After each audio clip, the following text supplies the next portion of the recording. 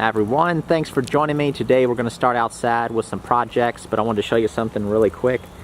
Let's pretend all this white on the ground, the snow, is just where the rain has hit the ground. You can see around the house it's dry.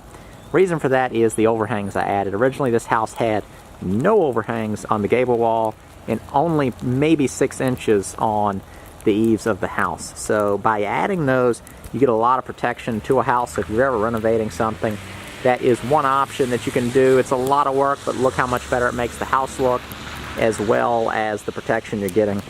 And protection, you know, that's to the structure of the house, your paint, depending on what your siding is, your windows, everything. Anytime you can keep the water off your house, the better. The snow itself is not falling completely straight down, and I'm still getting that protection on this side as well. And the key is just to keep it off the house the best you can.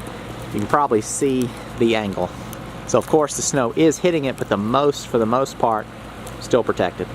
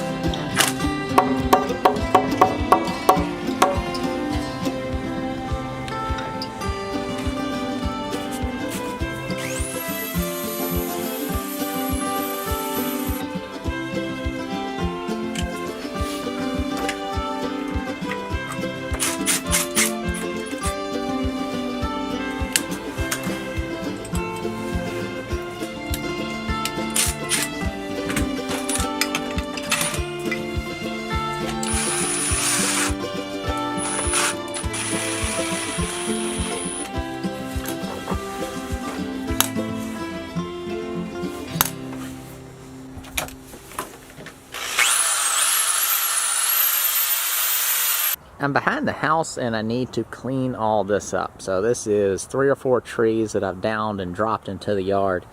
They're probably about 12 inches around at the bottom on average. Some of them smaller, some of them a little bigger.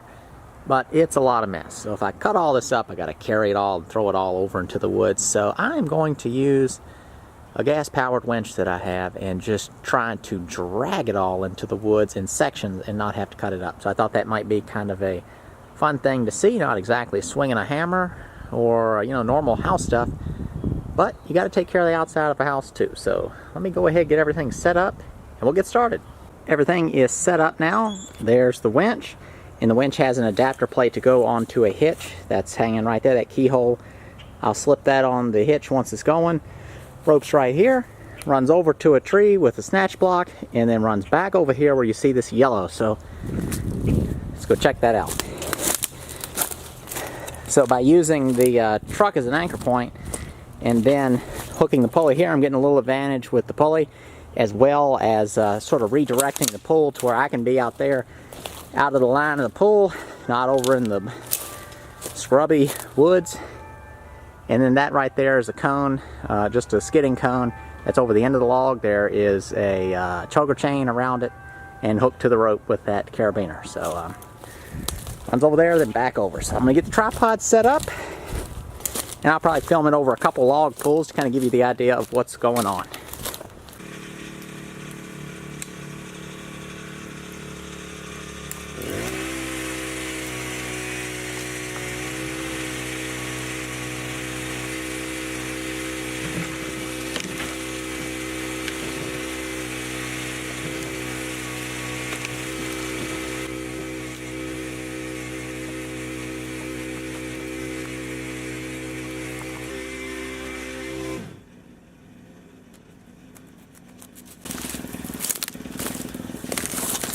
So that was a pretty small one, not too big, but that's keeping me from having to cut it up and then throw all the pieces over in the woods.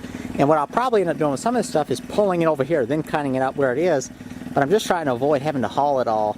After I'm done with this, I've got to work on the house, I've got to stay up late tonight working on something else, so I'm just trying not to wear myself out any more than I have to.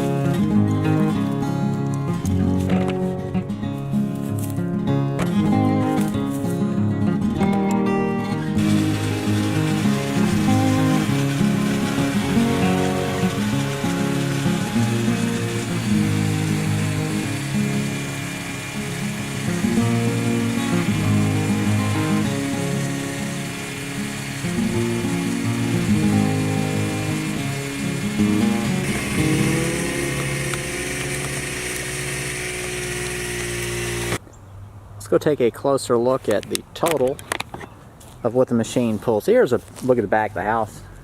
Those of you wonder, is that trailer right there very close to the house? But again, this is a rental. It's just a nice old lady lives there. That oil tank is going to be removed. Got a lot of people asking that, as well as all this lumber. And of course, it's pretty piled up looking, but it was pretty piled up before. And then all those trees were growing up. So it's getting leaves on top of her trailer, and then leaves would have been all over top of this house, getting in the gutters. So getting those out of the way clears up the power line. There's some stuff in the back, but I think that'd be all right. And I'll probably actually drop these little skinny ones right. The bases of them are right here. But if I had a bulldozer, I would shove all this stuff all the way back somewhere down in here and just clear all this up. I'm not saying that it would be a smooth backyard, but I wish I could just shove all this or just snap my fingers and make it all disappear. It'd be nice. But that's just the way it is. Not everything's going to be perfect. I'm okay with that. So I had this little area cleared up. It's where my rope ran down to the snatch block off that tree there. You can see all this in the woods here. This is what people do. This is all just loaded down with glass bottles all the way back over there. You can see it. Just trash. So people argue about how bad plastic is, but I would way rather this be a bunch of plastic bottles. This is just solid glass back here. This is dangerous as crap. Luckily, the property line is somewhere over here. So all this glass is not on my land. So I feel it's a liability, you know, who knows. People sue you for all kinds of stuff. But back to the point. All this crap. This is where I was walking through, pulling all that stuff down. So all this is completely loaded down now. This was, I think, 3 or 4 good-sized trees, this big around, and just pulled it all back here. And the machine does swimmingly. Pulled it all from right there off the back of my truck as an anchor point. And that winch will, depending on the conditions of the ground, if the ground's like really bone dry and dusty, it will just drag your truck across the ground. And that is an extended cab Silverado, so it's not super duper light. Especially if you don't have the truck perfectly in line, it'll pull the back of the truck sideways. The ground is a little soft right now, so you actually get a better grip on it. But a lot of work got done, and I'm not sore. I'm not even really tired. Of course, sometimes I'm pulling on that rope a little harder than others when I'm maxing out the winch. And I went around with my chainsaw and snipped up a lot of the small stuff, and there was some stuff on the other side. But if I had to do all that and cut all that up and haul it all and throw it all over and get it that far away, because if I was to cut it up, I'd be throwing it all right here. I wouldn't walk it all the way down there. So it makes this pile a little bit more condensed. But that's enough talking about that. It's the back of the house.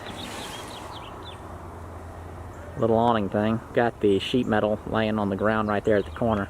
Cut that in half and get that screwed up there right now.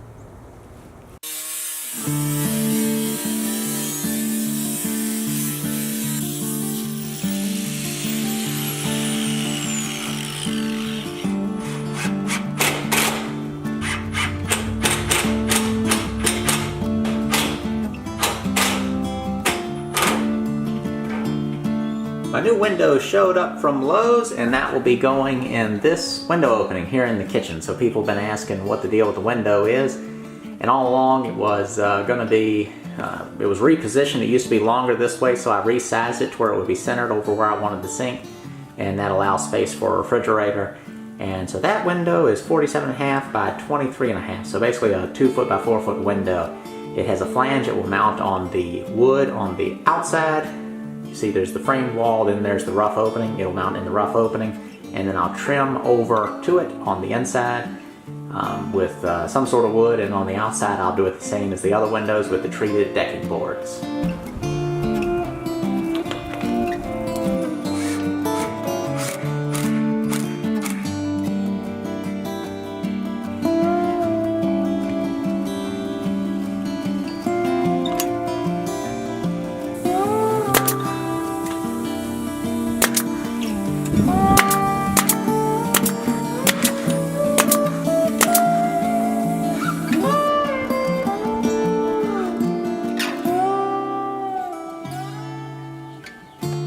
Finally getting around to painting the porch today, and I'll be using some solid stain. Usually I use Olympic solid stain, but that's no longer offered at Lowe's. So I'm using Valspar, 1 coat, exterior stain and sealer, solid. And then luckily they had the colors to match the Olympic solid stain. So that's what I'm doing. Goes on like paint, it's just a little bit different, and I found that it holds up very well. What color should I paint this porch? Oh yeah.